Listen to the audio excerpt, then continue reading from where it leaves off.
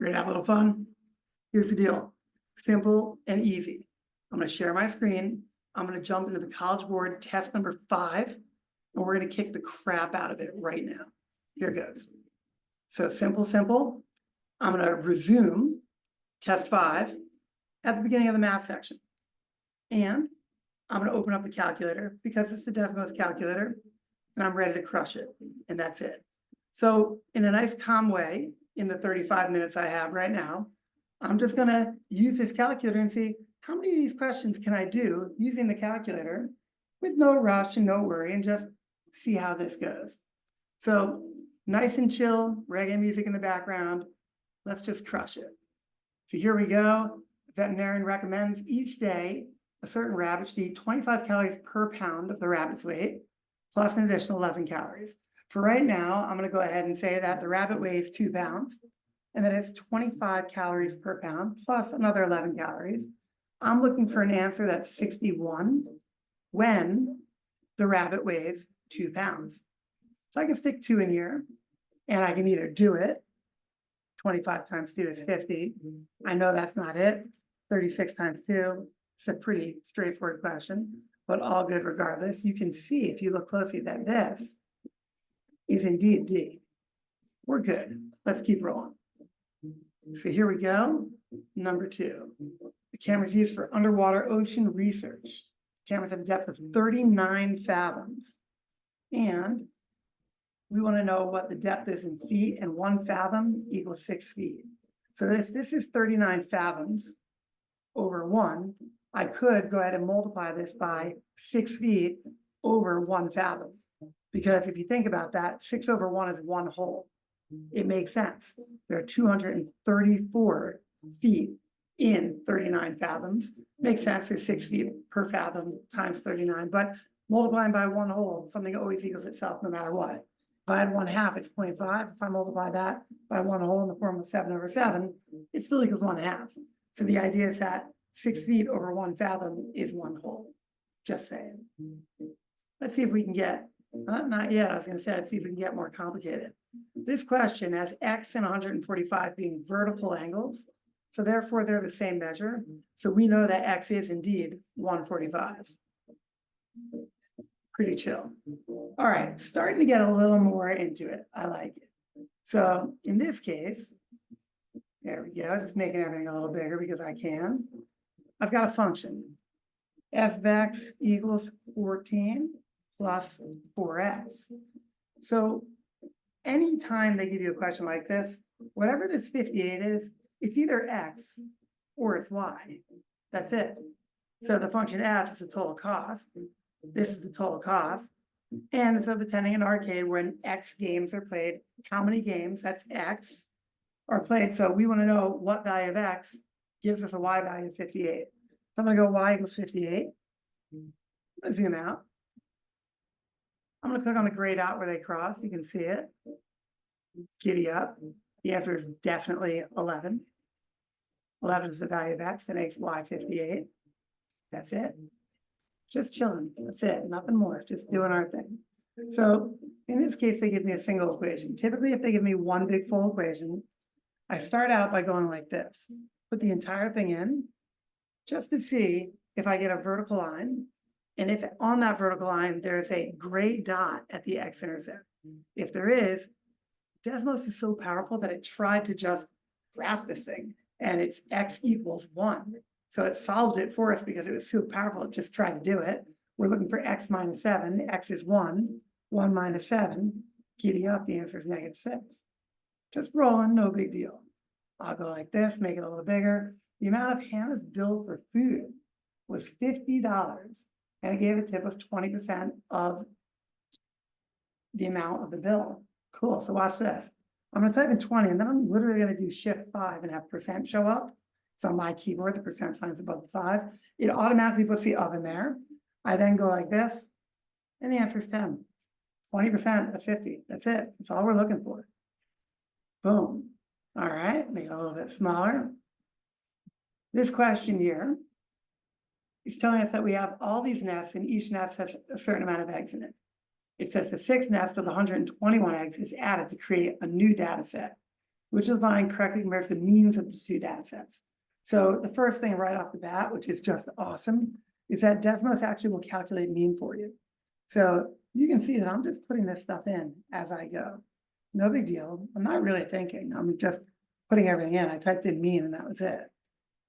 So we know that 143.2, and for the moment, I'm going to go like this. I'm going to go 143.2 is the mean of the original data set. I now want the mean of the new data set. So I'm going to add that one extra value. And the new mean is 139.5. The mean of the original data set is bigger than the mean of the new data set. That's it. The answer is A. The mean of the original data set is greater than the mean of the new data set. Just rolling, no big deal. So here I have all these equations and I want to know which one represents this up here. So I'm going to go like this and I'm going to go y is less than -1 plus 3x. Now, if you look at the graph, it just doesn't look like this graph. I could graph them all in a row if I want to, but why would I do that? Like I could, but I want the answer that looks like what they gave me. So in this case, I know it's not A. I'll go like this. I'll get rid of A. I'll now change it to B because I can do that. It changed. Not bad, but now it's on this side. It needs to be shaded on this side, but it looks more like it, but it's not B. I'm going to go to C and D. I'll go like this. I'll change this to greater than. That looks like it could work, so the answer might be D. To be 100% safe, I'll go like this and type in C, but definitely not it. The answer is D. I feel great about it. I hope you do too. Here we go. This says is equivalent to. Now, I know I can do the math, but anytime it says is equivalent to, I'm partial to saying y equals 8x cubed plus 8. This is the original. They're just giving it to me. Equals or minus x, what is it, x cubed minus 2. Now I've got this graph. All I know is that I have a new graph that I'm going to have as one of my answers. And it's got to equal this. It's got to be equivalent to it. So as I put the answer choices in, all I need to know is that the correct answer has to land exactly on top of the given. So when I go like this, I know A is not the answer. It didn't land exactly on top of it. If they're equivalent, it lands on top of it. All I'm doing is changing it to B. So I'm not doing anything fancy. Now that looks like it might be the answer. I'll just click on it for the moment. I'll go like this to be 1000% safe, even though I feel pretty good. Hold on a second. C looks good. So I'll go like this. I'll click on C. It looks better. I'm gonna go like this, and I'm gonna, change this to B. I'm gonna zoom in. Ooh. I mean, whoa. Okay, ready? Here we go. Haha, it is B. C is close, but if you zoom in, it's not it. That's cool. I'll put in D just to be 100% safe, but great to see that this worked out the way it did. And good to see that little nuance. Looks like that's probably somewhere totally different. Sweet, it's not D. It was between B and C. I'll put B in really quick just so you can see it. It's like literally exactly on top of it.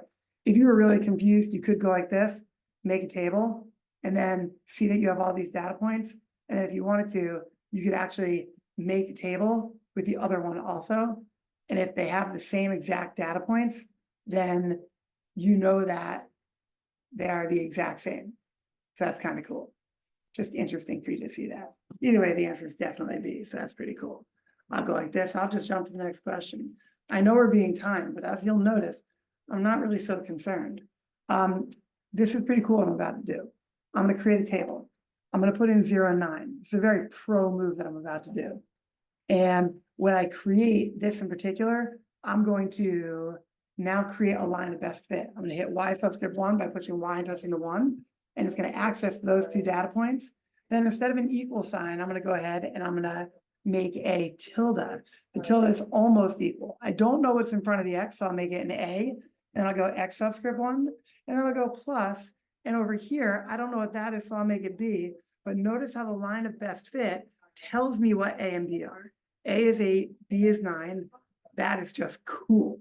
line of best fit, next level ridiculousness, love it. I'm even gonna go like this and mark for review, and then bang, I'm gonna jump right into this one, make this a little bit bigger, get rid of everything and show you. So I've got the single equation here. The best way to solve it, in my opinion, is I'm gonna say x minus 30, and I'm making it x because I know that I'm dealing with this particular construct of using Desmos, which has graphs and x and y. But if I put in the whole equation, I get vertical lines and I have gray dots, those gray dots represent the values of x that make the whole thing work, and that's it. So the only reason that you have 0 here is because that was the x-intercept. So 30 or negative 30 will both work as the answer. You only need to put in one, giddy up. Let's go to this one. The store sells 2 different size containers of blueberries. The store sales are $896.86, and we have an equation. The equation is that 4.51x plus 6.07y equals our total amount of money, 96.86. I'll zoom out and look. Don't even know what the question's asking yet. It is cool to see that you have gray dots at the intercepts, just throwing it out there. X is a smaller containers, cool. X is a smaller containers. They must each be worth $4.51. Y is the larger containers. The number sold. So if I had 2 large containers, it cost $12.14. According to the equation, what's the price in dollars of a smaller container? All right, I might be out of my mind, but for number 12, I think it's just 4.51. That's crazy. I guess if you graphed it, I wasted your time, but if you graphed it, you could see if I had 0 small containers, I'd have 114.804 large containers in order to hit the full number. And if I had 0 large containers, I'd need 154.514 small containers to hit the total value. But the truth is, it's just, this is the amount of small containers, that's the cost per container. So it's just 4.51. Weird. That was a little easier than I thought it would be. Sorry about being long-winded. I could have read the whole question first, but I tend to know that Desmos is so powerful. You'll notice we're already on number 13 of 22, and I'm literally typing in this function right now, not even knowing what the question is asking yet, just because I know that there's a power of Desmos, and so there's no reason for me not to just jump right in, just like that. Now from here, I know that almost always, whatever these values are, they're either the x value, like the t, or the y value. So let's see.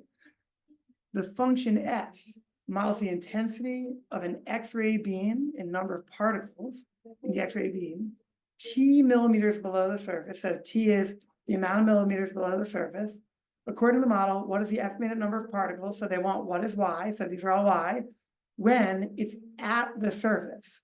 So because it's at the surface, it's 0 millimeters below the surface. So you could just go like this and go f of 0. And you'd be done. It's so cool that like it will do the math for you in the function. So the answer is definitely A. If you were stuck though, and you wanted to go y equals 500 and then go y equals 12 and then go y equals 5, you could do this. And what you'd be doing when you put them all in is, I'll just change this so you can see it a little better. What you'd be doing is you'd be looking for what happens at the points of intersection. Like this is when it's 0 millimeters below the surface, it's 500 particles. That's what we're looking for because it's at the surface, 0. Like if I click on this one, the idea is, okay, it's 12 particles and it's 64.57 millimeters below the surface. That means it's not on the surface. The answer is definitely A. Hopefully that totally makes sense. Let's go. All right. This question gives me a function, and then it tells me that I have a new function that is that function 5 up, raised 5. Like I'll give you an example. If I have y equals x squared, and then I go ahead and I say y equals x squared plus 5, we go like this for you. You can see that the black one is 5 above the purple one. So we know that we're shifting the original graph up 5. So what I'd probably do is I'd go like this. I'd make a table, and right away in the table, I'd pick a point here, 3, 3. I'd go 3, 3 plus 5, because I'm shifting it up 5. Then I'll pick another point, 9, 1. So I'll go 9 comma 9 plus, 9 comma 1 plus 5. And notice that these 2 points, it will give me the values. So I'm looking for an answer that goes through 3, 8 and 9, 6. This does not go through 3, 8. This does not go through 3, 8. This does not go through 3, 8. 3, 8. This goes through 3, 8, and it goes through 9, 6. Giddy up, the answer is D. Love it. Already on number 15, like we're just chilling. But again, notice the power of Desmos. It's crazy. So I'm putting in this entire equation. The reason I'm doing it is that I'm going to get sliders for C and N, and then it will automatically tell me what P is. So I'll play with these and change them a little bit, just for the sake of changing it a little bit. I know when C is 3 and N is 2, P is 32. All the answers are C equals. I need an answer right now that is equal to 3 if I only put in the right side. So if I go 19 plus P divided by N, that is not the answer.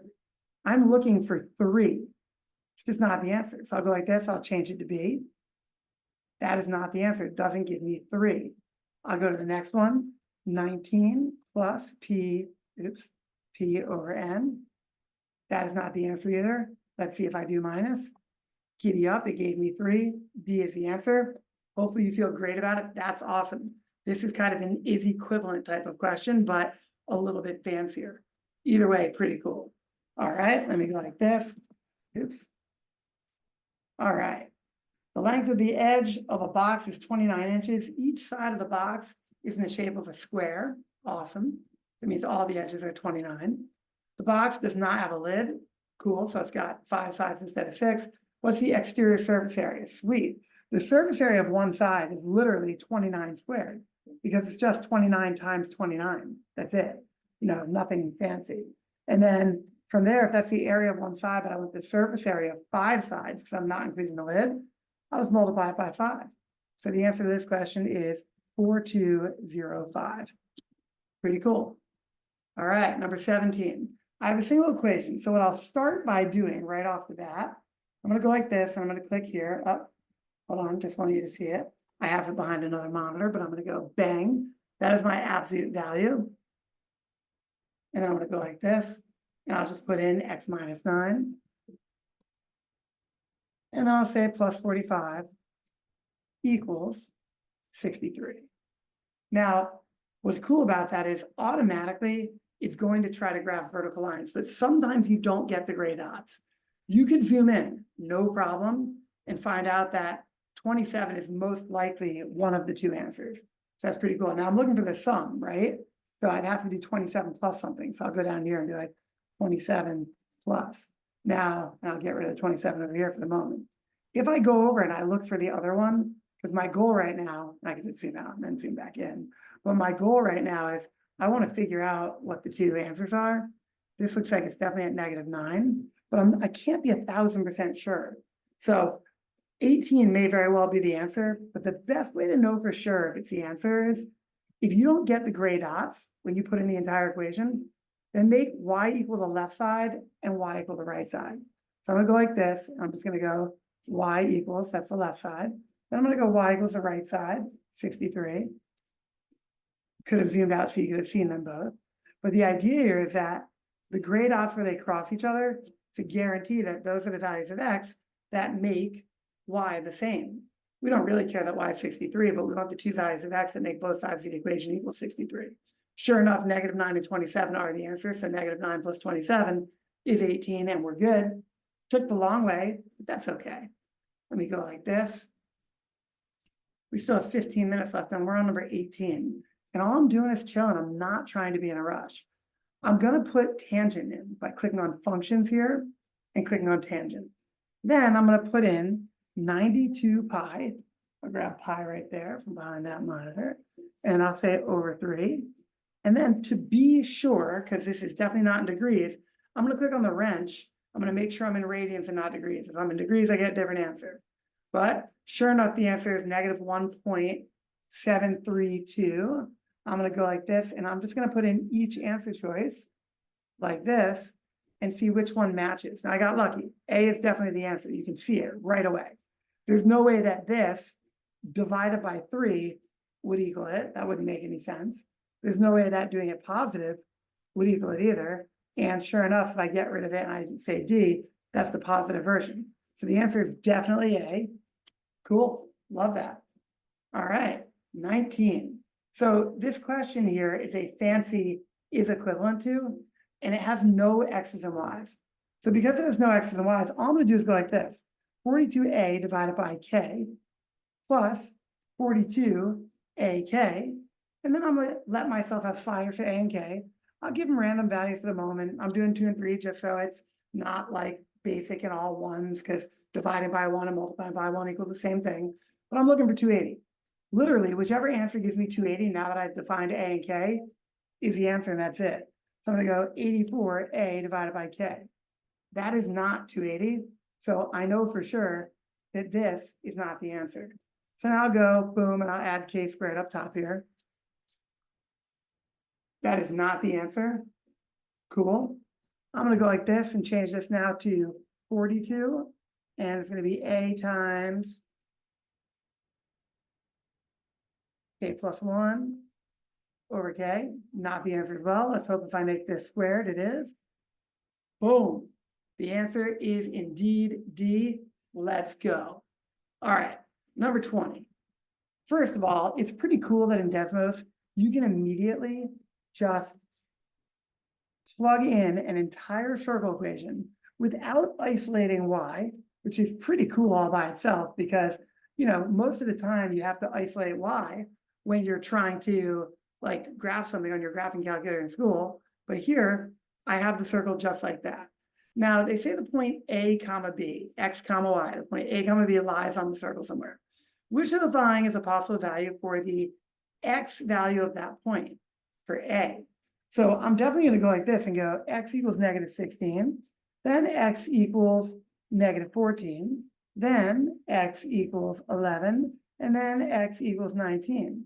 Now, what's great about this is that the green line is the only line that even hits the circle. So X equaling negative 14 is the only value of X that could possibly be connected to a point that's on the actual circle. All the other ones have values of X that could never be the X part of an XY coordinate that's on the circle. The answer is B. Not bad for a number 20. All right, 21, let's see what we've got. We've got a right rectangular prism that has a height of 9 inches. All right, I'm just gonna go like this and say H equals 9 just for the moment. Let's see. The length of the base is X inches, which is 7 inches more than the width. I'm gonna go ahead and say length equals, for the moment, I'm gonna make it 10. I'll explain why in a second. I'm gonna say that width equals length minus 7, because we know that the length is 7 more than the width. So I got the width now, pretty cool. If I wanted to, I could go like length times width times height, just to get the volume, because they say which function V gives the volume of the prism. If I click on reference here, you'll see that a volume of a rectangular prism is length times width times height. So that's pretty cool, because I know that if I have length times width times height is 270, I could then, if I wanted to make L, if I wanted to make all the answers, if I wanted to make L the X value, whichever one gives me 270 has to be it. So I could do that. I really could. Might not be the fastest way, but it would work. You know, this is L times L minus 7 times H.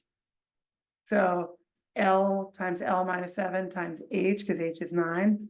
It's probably this, but just to be safe, watch this. I could go L times L plus 9. I'm putting A in right now, even though I don't need to, but we've got plenty of time. And if I do that, hey, what's going on over here?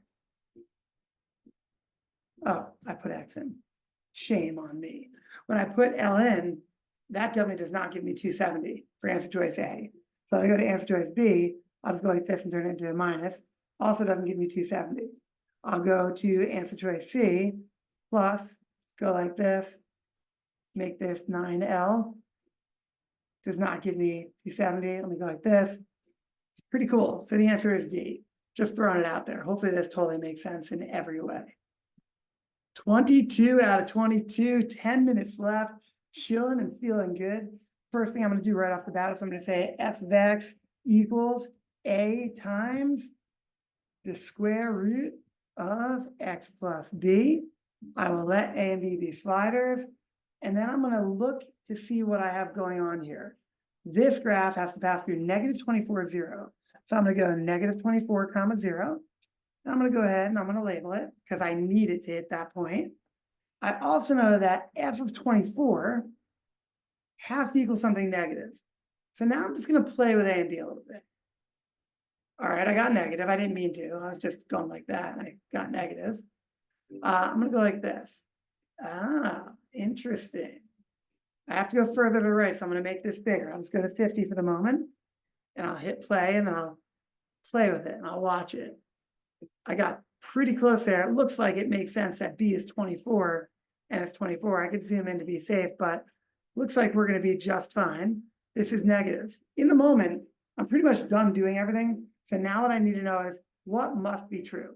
F of 0, well, first of all, I can just go like this and go f of 0.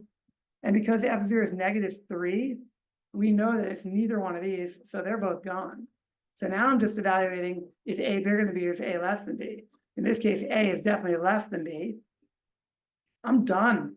I can't believe it. It was that easy. I could play a little bit more, but I know b has to be 24, and it looks like a has to be negative in order to make f of 24 less than 0. Let's just see. Totally. So a has to be negative, b has to be 24. We're good. A is negative, b is 24. The answer is D. I literally just finished that entire section. I hope you feel great.